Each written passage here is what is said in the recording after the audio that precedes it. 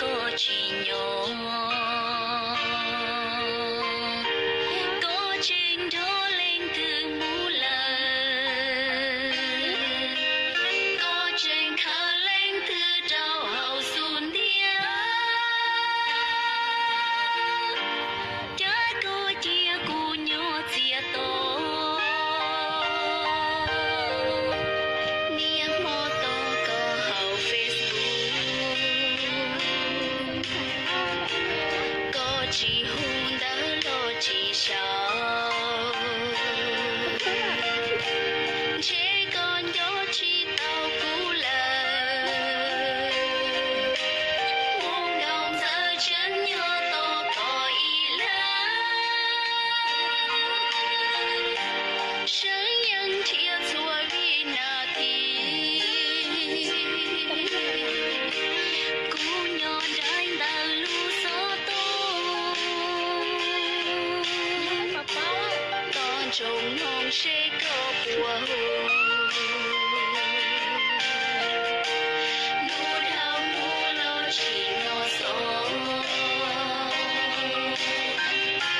chỉ còn cho tao cú lời thiên tung thiên đi theo một trời lũ cô lũ xia trắng họ khó trắng tôn trống hung gì lắng tu sẽ bùa phó tư tua ly nhà thao tua bùa cụ đuôi y rồng gì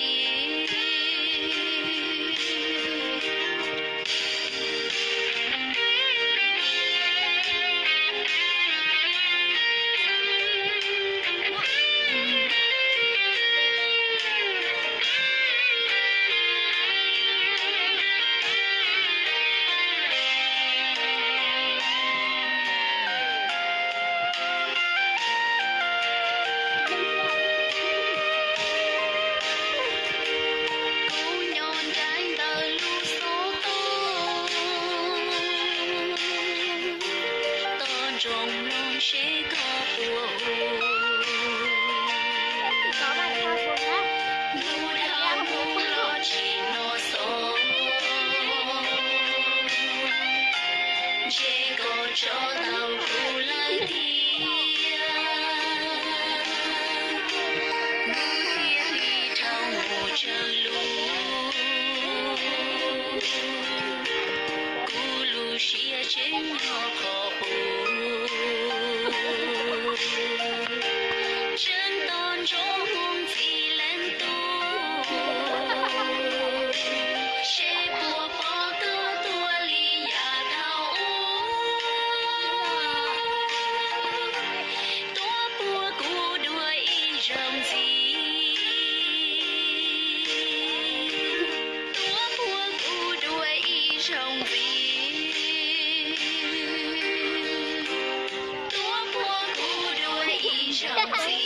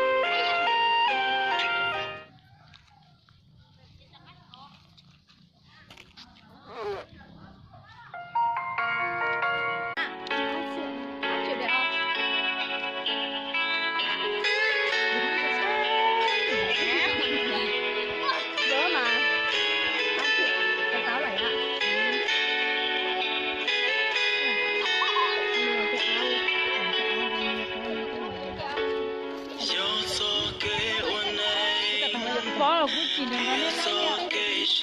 Đây là phải bật chứ. Cái bật chứ thế nào? à? Cái này cái em yêu đâu?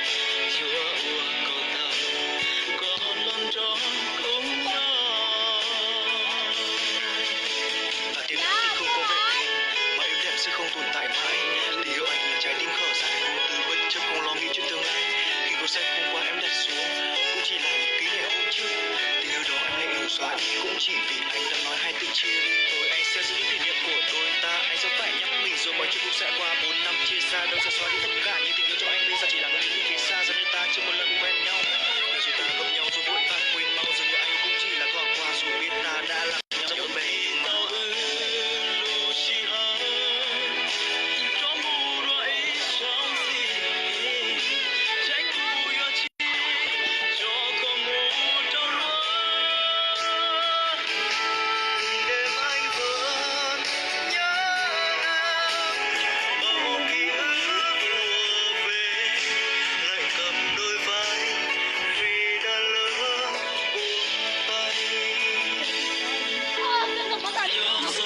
Một bữa đây chưa là cái gì đấy phải.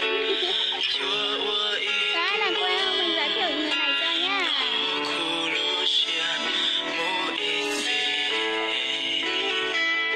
Nó xong à.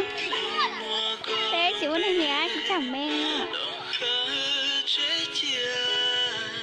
Sao hai con kia nó không đến nhỉ? Đâu.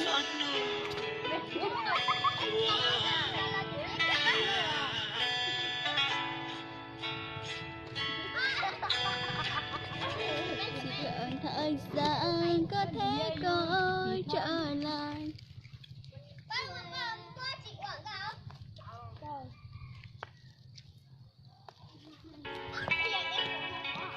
Nhưng đi paper UN cho họ mà có một rau. Đó rồi, đã xin cày đấy mới đấy. Xin cày á, mà hỏi dân dâu á là Do hành chứ. Mọi người chơi thế nào ạ? Vui không?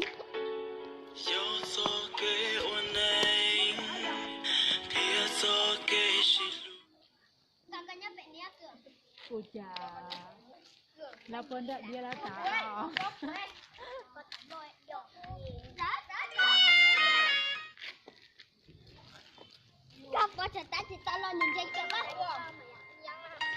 Có là thích to à? Cái bò mình không? Có mà hay xanh là tôi phải bỏ một bữa ra. Đó, xanh chỉ to à? Nó thật là to à? Tết ơi, buồn mày.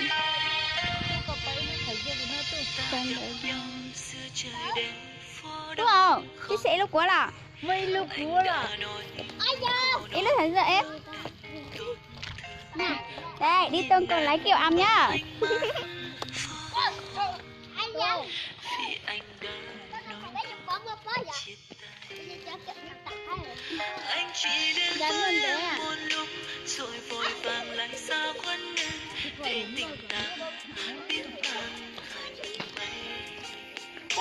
anh cũng chẳng nói ra lý do anh đòi chia tay, nhưng em biết được thật sự anh đang nghĩ gì.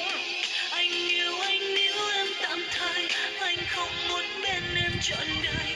Tất cả những gì anh nói chỉ là ngọt ngào đầu môi. Anh không thể biết em cần gì, rồi cảm xúc của em thế nào khi anh nói lời chia tay ngày hôm nay. Giờ thì em biết đã muộn rồi, em đã chọn yêu anh quá nhiều.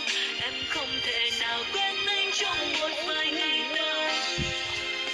Em không giống như anh, buông xuôi đi tất cả, chỉ vì người mới nên bỏ rơi người yêu. Nói thì tôi chỉ muốn một bắp quá nè. Tình yêu ta đã đến hồi kết, chắc có lẽ anh đã quá mỏi mệt. Thâm tâm anh yêu thương phải dần hết, anh muốn cả hai ta chấp hết và quên anh đi cứ xem như tình đã chết xong.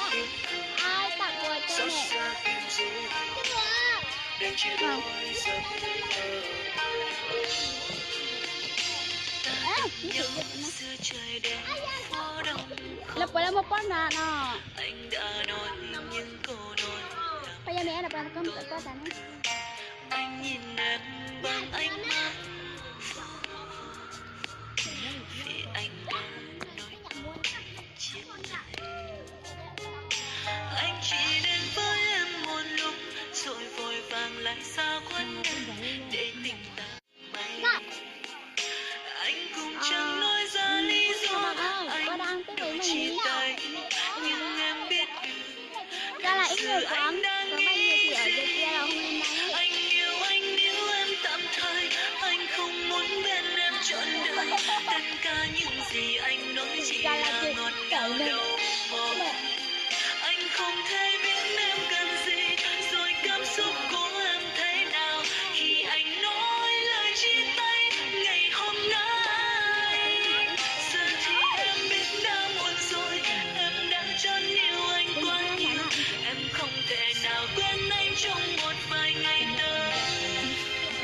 Em không giống như anh, buông xuôi Nói đi lên cho tất mình chỉ trả lại cả, nha. chỉ vì người mới nên bỏ rơi người yêu. Anh yêu anh nếu em tạm thời, anh không muốn bên em trọn đời. Tất cả những gì anh nói là gian dối mà thôi. Anh không thể biết em cần gì, rồi cảm xúc của em thế nào khi anh nói lời chia tay ngày hôm nay. Chia tay, anh thấy em biết đã muộn rồi, em đã chọn yêu anh quá nhiều.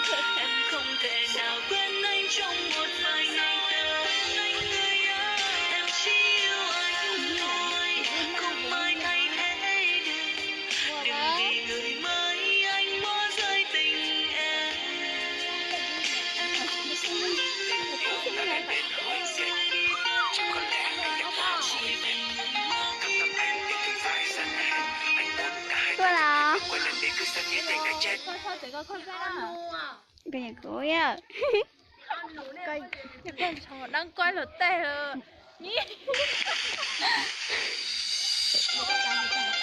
nó. Nó chuyện gì? Nè bố nó có lại nên tôi mình để ok nha. Là bó ai? Chỉ có một bó nè. Ta lúc nào thì ngủ mà. Dạ. Được rồi á.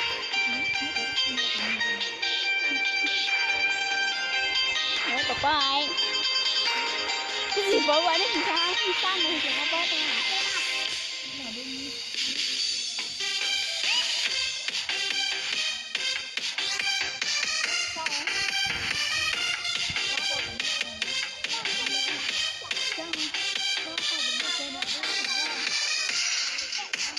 Chẳng nhớ những cánh hoa khẽ nở, những cánh hoa ngất với bao nỗi buồn. Mưa đã rơi cánh hoa vô tàn, người biết người đi chờ ai. Mưa đã rơi đâu rồi, mong chờ anh có về đây với em. Hoa đã lại mang sắc màu, Gì bó ai phải cùng một bó sao hoa